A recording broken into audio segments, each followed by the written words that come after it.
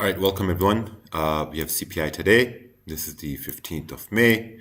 And let's start off with pound yen here first. Let's start off with the daily candle. Daily has been just pushing bullish. You can see right over here. Daily has been pushing up like we are just climbing with pound yen. So let's take a look at this right here. So we got a resistance on the daily time frame, which we have to keep in mind because we're approaching that area. Let's see what that looks like on the 4-hour time frame now. On the 4-hour, it does seem like maybe there's going to be a possible range for price to come into right till here around 197,443 for price to move into, and that is, let's see, 34 pips away. So that could be a potential target for price to move into. At the same time, we have a support forming on the 4-hour time frame, and then we had another support down over here. So let's take a look at this on the 1-hour time frame. Let's kind of like adjust this zone here as well on the 1 hour so it looks better.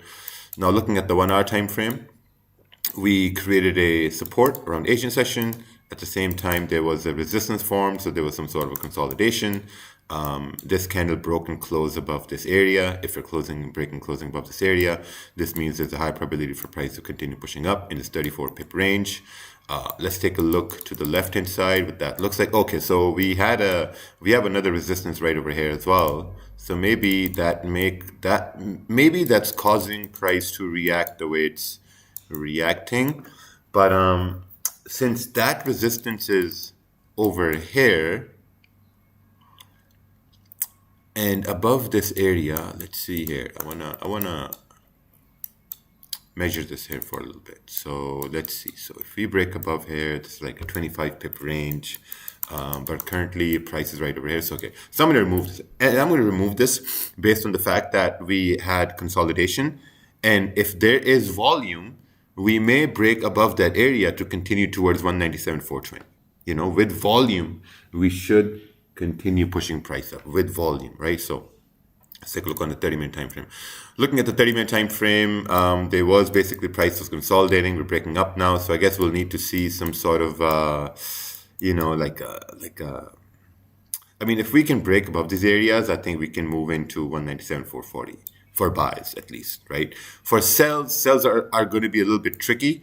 And the reason why I said they'll be a little tricky is because on the 30-minute, we have this rejection. Well, on the 1 hour, we have rejections and wicks and wicks and wicks up until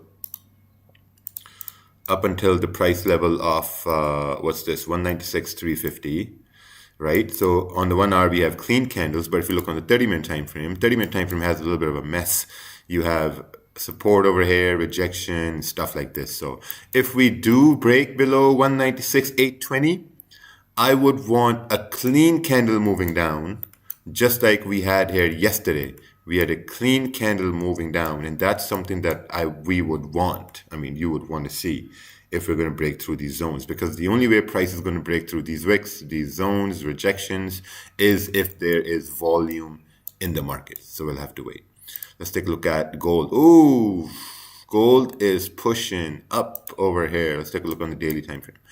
So looking at the daily time frame, we are moving up towards this sort of like a resistance area. Let's take a look at this on the 4-hour time frame. We also got CPI, so we got to be very aware of that.